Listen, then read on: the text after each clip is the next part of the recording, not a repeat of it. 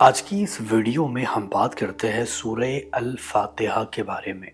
قرآن عظیم کی ایک ایسی سورت جس کو پڑھنے سے انسان کی تقدیر بدل سکتی ہے، جو چاہے وہ مل سکتا ہے اور کائنات کے تمام راز اس کے سینے پر کھل سکتے ہیں۔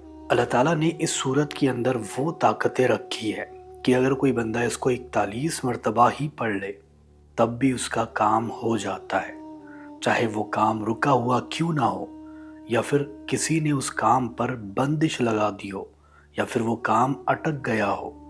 اگر کوئی بھی مسئلہ کیوں نہ ہو، اگر اس کو پڑھا جائے اور اللہ تعالیٰ سے دعا کی جائے تو اس کا وہ مسئلہ، اس کا وہ کام پورا ہو جاتا ہے۔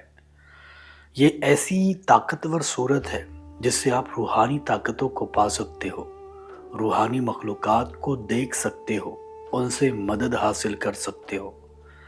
بہت جگہوں پر یہ دیکھنے کو ملتا ہے کہ اگر اس کا ورد ریگولر کیا جائے تو اس بندے کے سینے پر روحانیت کا علم اترنے لگ جاتا ہے، ایسا علم جو دنیا جہان میں کسی کے پاس بھی موجود نہیں ہے۔ اللہ تعالیٰ خود اس کے لیے اس کے سینے کو منور کر دیتا ہے، اس کا سینہ روشن ہونے لگتا ہے، اور وہ جو بھی چیزیں اللہ تعالیٰ سے ہاتھ اٹھا کر کے مانگتا ہے وہ ساری کی ساری چیزیں اس بندے کو ملنے لگ جاتی ہے۔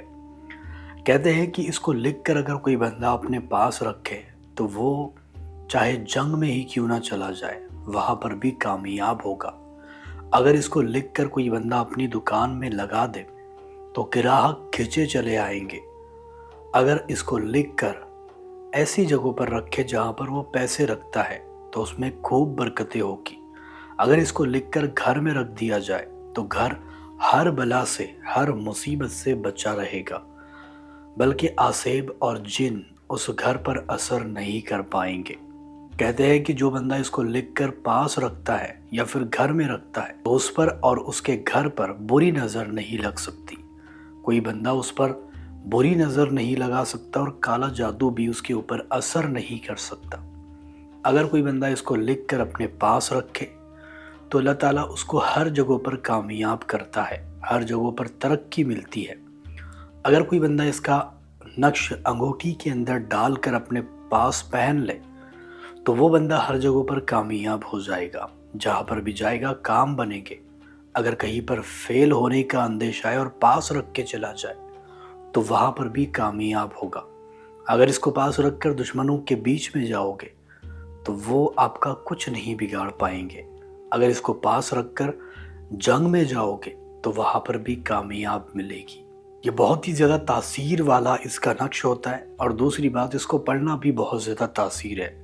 جیسے کہ اگر کوئی بندہ 41 مرتبہ پانی پر دم کر دے اور اس کو پی جائے تو چاہے کیسا ہی مرض کیوں نہ ہو، کیسی ہی بیماری کیوں نہ ہو، وہ ٹل جاتی ہے۔